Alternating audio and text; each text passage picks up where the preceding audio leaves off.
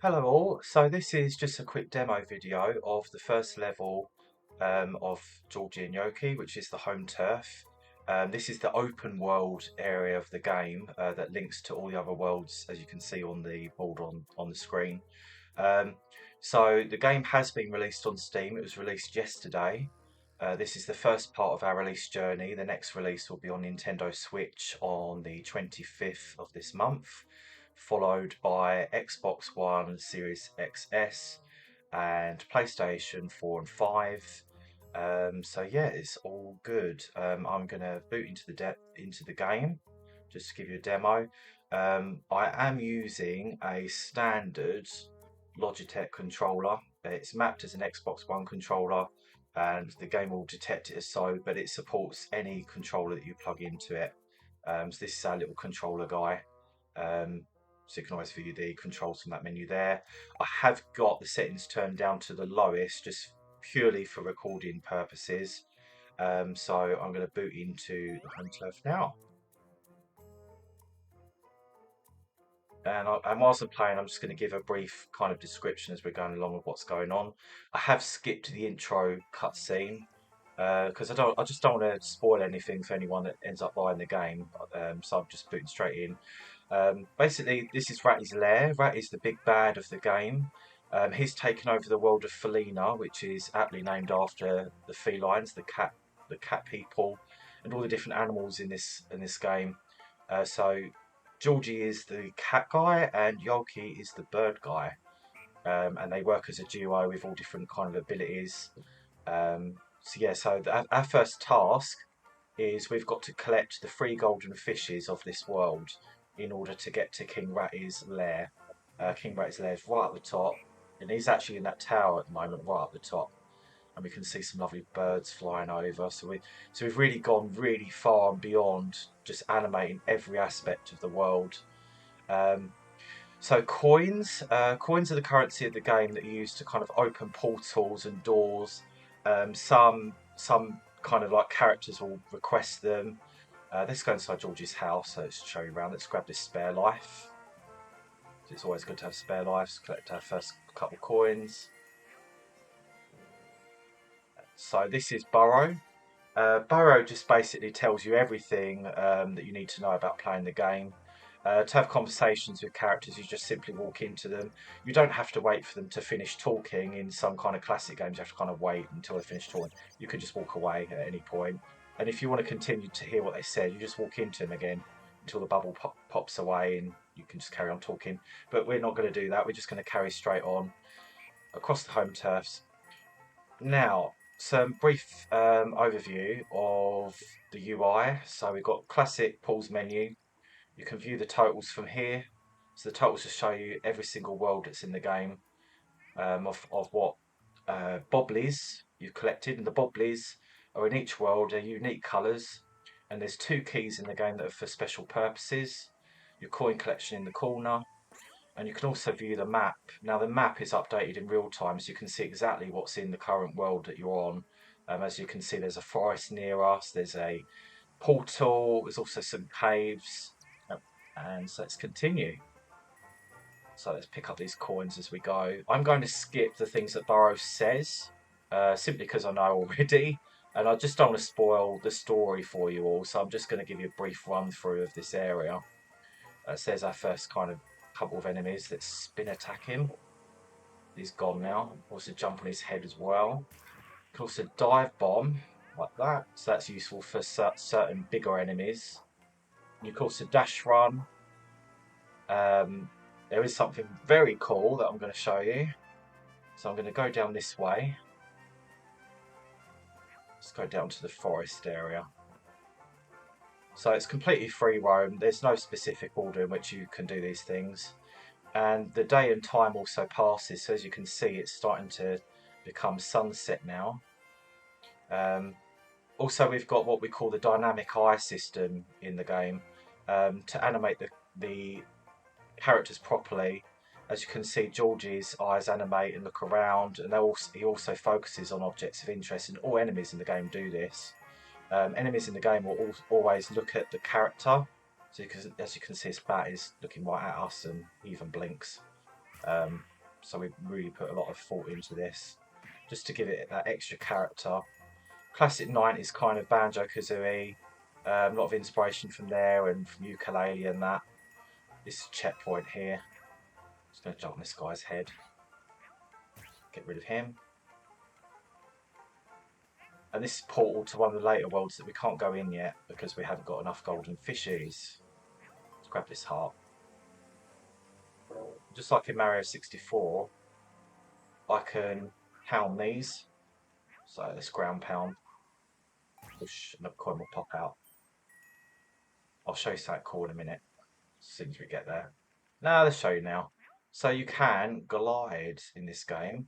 Glide is unlocked from the very start because the entire game world mechanics are based on the ability to glide. So we didn't want to do a Zelda Breath of the Wild kind of thing where you've got to be stuck in the Great Plateau and unlock the glider. No, from the very beginning you can glide. You can pretty much go anywhere you want except for, you know, worlds that are locked or certain kind of obstacles in your way. Sorry if I get really technical through this video, by the way.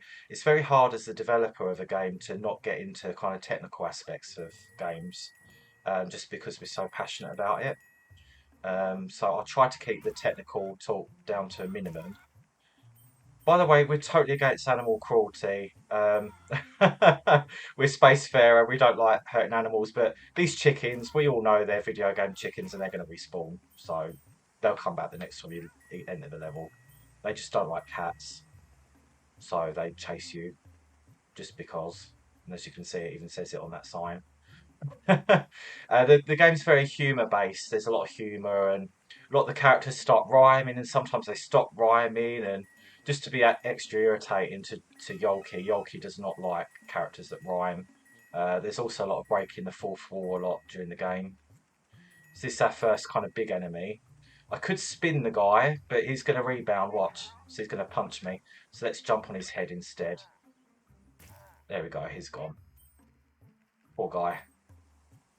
Do we ever feel like that sometimes when we wake up for work? Let's run along. Let's continue our adventure through the great home turfs of Felina. Even the name, the home turfs, is a football reference. Now, I have absolutely no idea about football except for the fact that you have like the home turf, and I just thought it was a nice kind of name.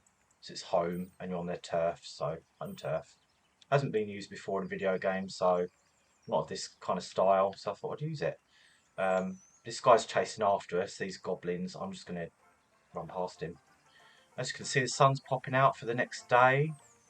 You probably couldn't hear because I'm yapping over the video, but while all the birds singing, I've just died. Killed by my own video game. Yep, so you get lives in this game, as you can see in the corner. Once you run out of lives, you do get game over, but you don't end up losing everything. So you still keep what you've been collecting. You don't lose anything at all, other than you have to start from the very beginning of the area, so you lose all your checkpoints, but you don't lose anything. We don't want any unfair play here. So my current goal is I'm trying to get to the village that's right on the other side of the map. So it's actually through this way. You pretty much want to follow all the paths that are laid out in this area if you're completely new to the game, because it can be easy to get lost. But that's the whole part of the fun of open world games, is that there's always new things to discover. So this is King Ratty's lair, right up the top there. We're not going to go there just yet because we're going to need the golden fishes to get in there.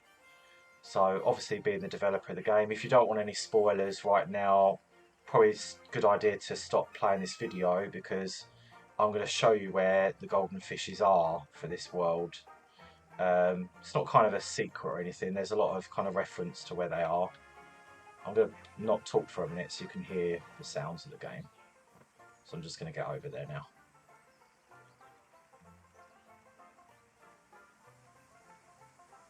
This guy can go away.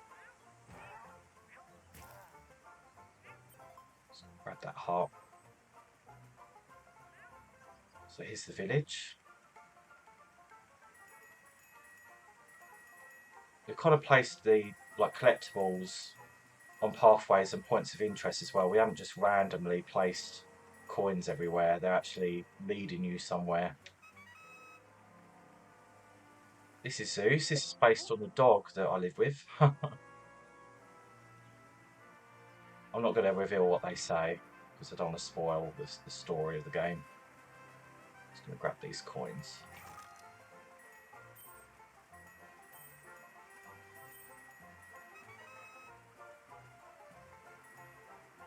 So there's our first golden fishy. This guy's going to kill me.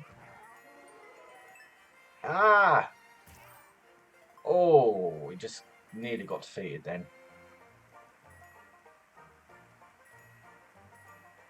If there's any lag during this video, I can't tell because I'm running it full screen.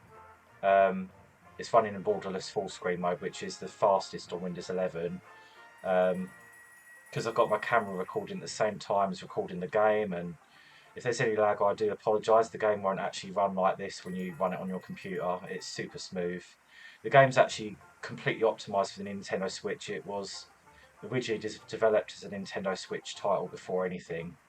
You can swim underwater. Let's have a dive down. Let's have a look. So I'm going to reveal a secret. If you're watching this video and you don't want to know where the secrets are, stop watching. Behind here is a giant hearty. Hearties permanently expand your life. So they expand how many hits you can have, which is extremely helpful for some of the later stages of the game.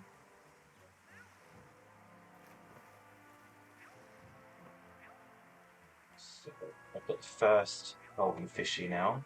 I'm going to do the demo right up to Ratty's Lair, and I'll end the demo as soon as I've shown you what other kind of worlds, like the portals, what they look like. And as you can see, I'm gliding. Yolkie's following me around. Yolkie does get more abilities of his own later on. In fact, later on you can control him as well with the split up ability.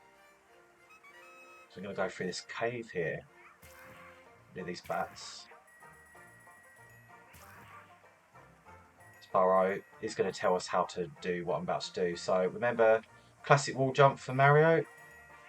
Wall jumping, very fun. So that was our golden fishy. And there's one more.